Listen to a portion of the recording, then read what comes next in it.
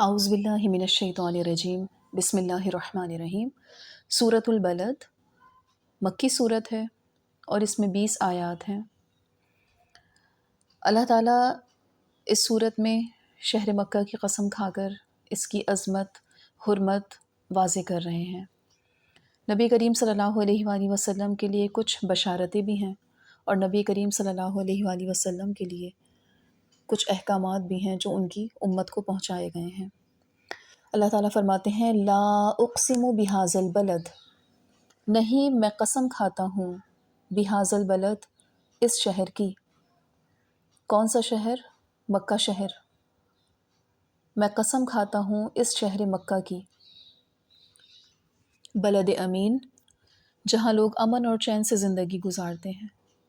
اللہ تعالیٰ نے یہ قسم اس وقت کھائی جب اللہ کے نبی شہر مکہ میں ہی تھے، مکہ میں رہائش پذیر تھے، اس وجہ سے بھی یہ صورت مکی ہے۔ وَأَنْتَ حِلٌّ، اور آپ رہائش پذیر ہیں، آپ آباد ہیں، بِهَذَا الْبَلَدِ، اس شہر میں، آپ اس شہر میں مقیم ہیں۔ حلٌ کے کئی معنی لیے جاتے ہیں۔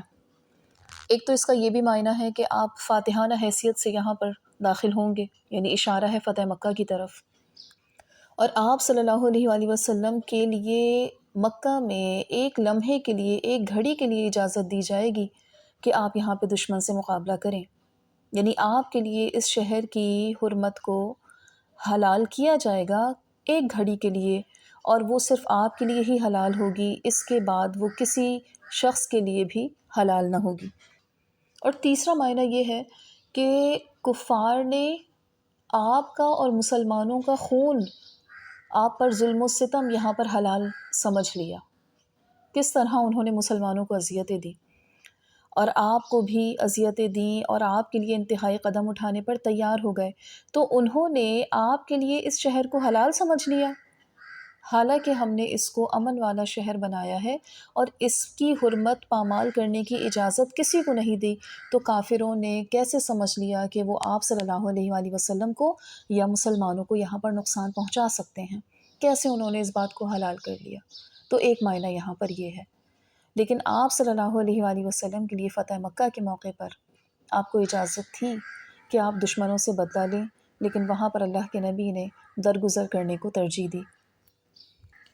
وَأَنْتَ حِلٌّ بِهَذَا الْبَلَدِ، اور آپ اس شہر کے رہنے والے ہیں۔ ایک معنی اس کا یہ بھی ہے وَأَنْتَ حِلٌّ بِهَذَا الْبَلَدِ، اور آپ کے لیے اس شہر کو حلال کیا گیا ہے۔ اور ایک معنی اس کا اگر کفار کے لحاظ سے دیکھا جائے تو یہ ہے وَأَنْتَ حِلٌّ، آپ کو حلال کر لیا انہوں نے بِهَذَا الْبَلَدِ، اس شہر میں۔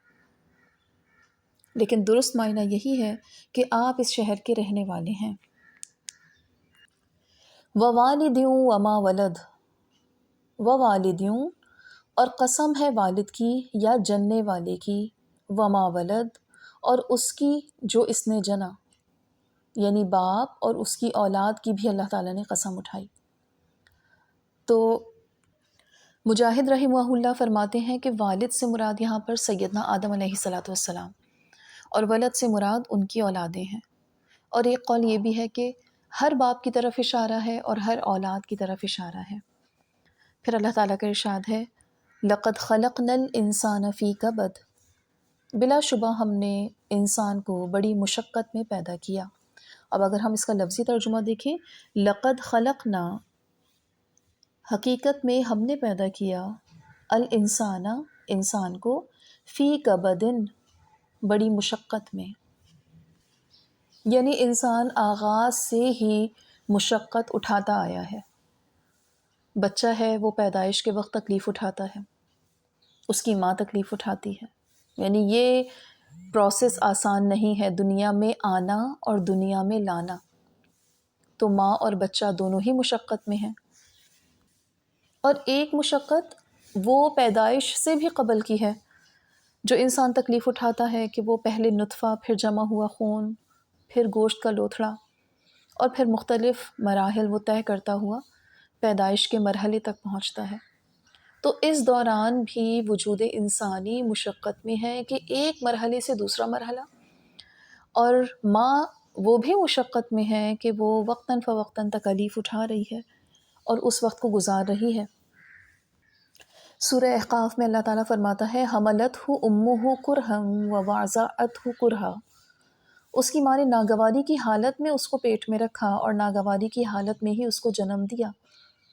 اولاد کی ولادت، پیدائش خوشی ہے، یہ اتنی بڑی خوشی ہے کہ اس کی خوشی حاصل کرنے کے لیے ماں مشقت اٹھاتی ہے، وہ تمام ناگواری اور تکلیف برداشت کرتی ہے، اور پھر پیدائش کے بعد دودھ پلانا، تعلیم و تربیت کرنا، ضروریات پوری کرنا، یہ ایک مشقت ہے۔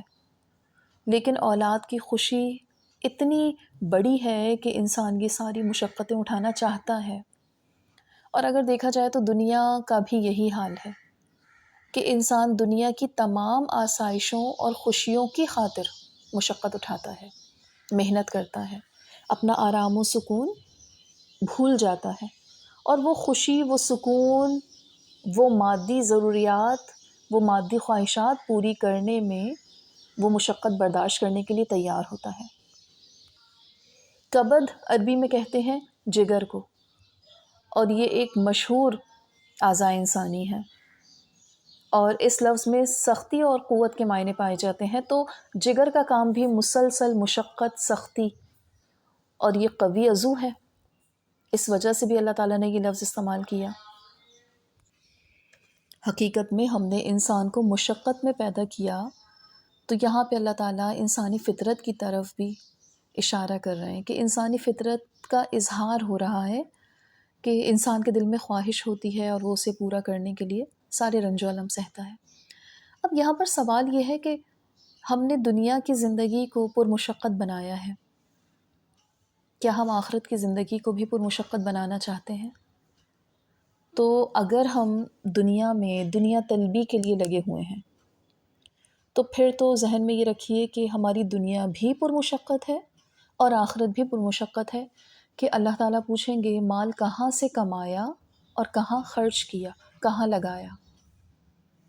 اور دنیا میں شاید مال کمانا اور اس کو خرچ کرنا اتنا مشکل نہیں ہے، یعنی وہ ساری تکلیفیں ایک طرف جو اس سوال کا جواب دینے میں مشقت انسان اٹھائے گا، مال کہاں سے کمایا اور کہاں خرچ کیا۔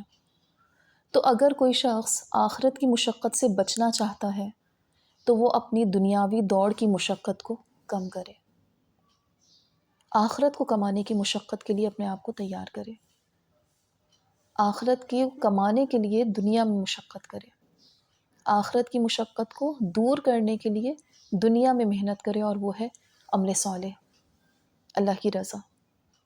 اور آگے چل کے اللہ تعالیٰ نے اس صورت میں یہ بھی بتایا ہے کہ آخرت کی مشقت کس طرح آسان ہو سکتی ہے، اور تم آخرت کو پرمشقت کیسے بنا سکتے ہو، اس کو بھی اللہ تعالیٰ نے واضح کر دیا کہ اگر تم دنیا میں یتیموں کے حقوق پورے نہیں کرو گے تو آخرت پرمشقت ہوگی، اسی طرح اللہ کی راہ میں خرچ نہیں کرو گے تو آخرت پرمشقت ہوگی۔ یہ اعضائے انسانی جو اللہ نے تمہیں دے دیے، ان کا درست استعمال نہیں کرو گے تو آخرت پرمشقت ہوگی، یعنی دنیا میں بھی زندگی پرمشقت ہے، اور آخرت میں ان نعمتوں کا جواب دینا بھی انسان کو مشقت میں ڈال سکتا ہے۔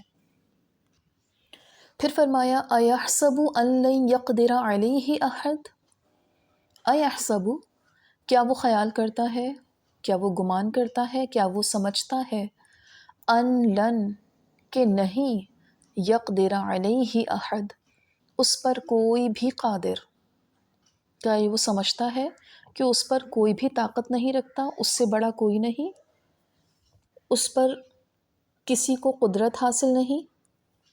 تو اللہ تعالیٰ یہاں پر انسان کی توجہ دلا رہا ہے اس کے خالق، مالک، جبار، قہار کی طرف۔ ایک ذات ہے جس کو وہ دنیا میں بھولا ہوا ہے، اپنی زندگی کو پرمشقت بنا لیا ہے، آخرت کو پرمشقت بنا لیا ہے، کیا وہ بھول گیا ہے کہ اس پر کوئی قادر ہے؟ اگر کافروں کے لحاظ سے اس آیت کو سمجھیں تو کیونکہ کافر تو آخرت کے انکاری ہیں، وہ یہ سمجھتے ہیں کہ جو کچھ ہے دنیا میں وہ دنیا میں ہی ہے، بس دنیا ختم تو سب کچھ ختم، تو اللہ تعالیٰ یہاں پر ان کو احساس دلا رہے ہیں کہ تم سمجھتے ہو کہ تم پر کوئی قادر نہیں، یعنی یہ تو اس وقت انہیں پتہ چلے گا جب آخرت میں انہیں اٹھایا جائے گا کہ اس زندگی کے لیے تو ہم نے کچھ کیا ہی نہیں۔ اور بعض وہ لوگ بھی جو دنیا میں آخرت کے حساب کو بھولے ہوئے ہیں، ان کو بھی بتایا جا رہا ہے، حالانکہ ان کو آخرت پر یقین تو ہے، وہ ایمان تو لا چکے ہیں کہ قیامت ہوگی، حساب کتاب ہوگا، لیکن دنیا میں اتنے مست ہو گئے ہیں اور دنیا میں اتنے غافل ہو گئے ہیں کہ انہیں حساب کتاب کی فکر نہیں ہے۔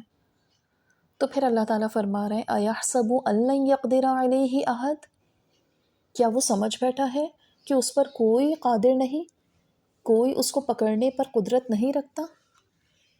اگر وہ کسی کو اپنے اوپر قادر سمجھتا تو ہونا تو یہ چاہیے تھا کہ اتنی مشقت اٹھانے کے بعد اس کی زندگی عاجزی کی حالت میں گزرتی، اپنے آپ کو مطیع فرما بردار بناتا، لیکن وہ بھول گیا کہ اس پر قادر ہے کوئی اور اس کے حساب کی چھوٹے چھوٹے اعمال کی پکڑ ہوگی، تو اس نے اور بھی زیادہ اپنی زندگی کو پرمشقت بنا لیا۔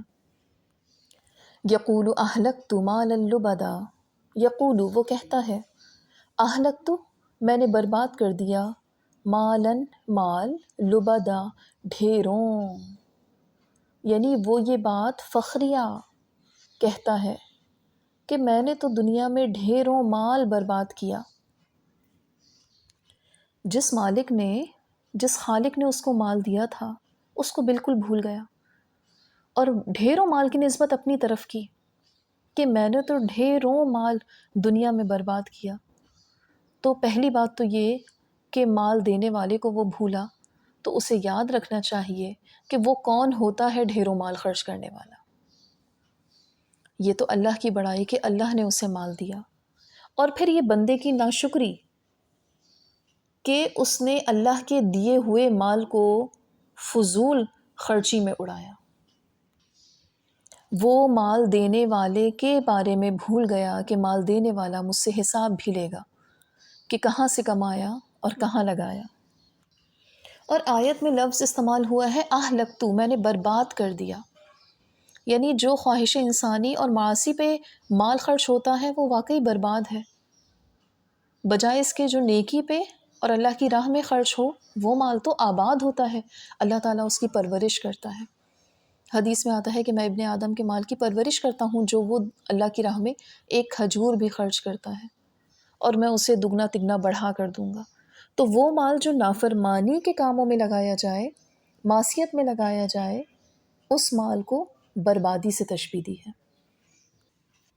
اَيَحْسَبُ أَن لَّمْ يَرَهُ أَحَدٌ، اَيَحْسَبُ کیا وہ خیال کرتا ہے، ان لم کہ نہیں، یرہ دیکھا اس کو، احد کسی نے بھی، کیا وہ یہ سمجھتا ہے کہ اسے کسی نے نہیں دیکھا؟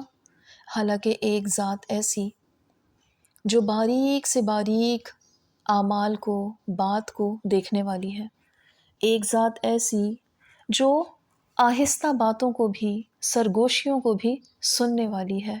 تو انسان اپنے خالق کو اتنا بھول گیا مال خرچ کرتے ہوئے، دنیا کے خاطر مشقت اٹھاتے ہوئے، وہ نہیں دیکھ رہا، وہ نہیں سوچ رہا کہ ایک ذات ایسی ہے جو اس کے اعمال کو دیکھ اور سن رہی ہے، اس کی ہیرا پھیری کو جان رہی ہے، اس کے حلال و حرام ذرائع سے واقف ہے۔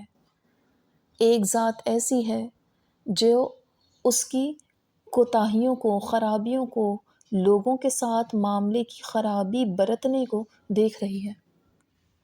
اور اللہ کے دیکھنے کی مثال تو ایسی ہے کہ جو کچھ حساب میں ہے، جو کچھ اعمال نامے ہیں، وہ لکھ کر محفوظ کیے گئے ہیں۔ انسان حیران ہوگا اور روز حشر کہے گا ما لی ھذا الکتاب لا یغادر صغیرۃ ولا کبیرۃ الا احصاها، اس کتاب کو کیا ہو گیا، نہ کوئی چھوٹی بات نہ کوئی بڑی بات، کچھ بھی تو نہیں چھوڑا، سب کچھ لکھ ڈالا۔ پھر فرمایا الم نجعل لہ عینین، کیا ہم نے اس کی دو آنکھیں نہیں بنائیں؟ جب تم دو آنکھوں سے دنیا کا مشاہدہ کرتے ہو، لوگوں کے رویوں کا مشاہدہ کرتے ہو، تم بھول گئے یہ آنکھیں دینے والا کون ہے، وہ کس طرح تم پر نظر رکھے ہوئے ہے۔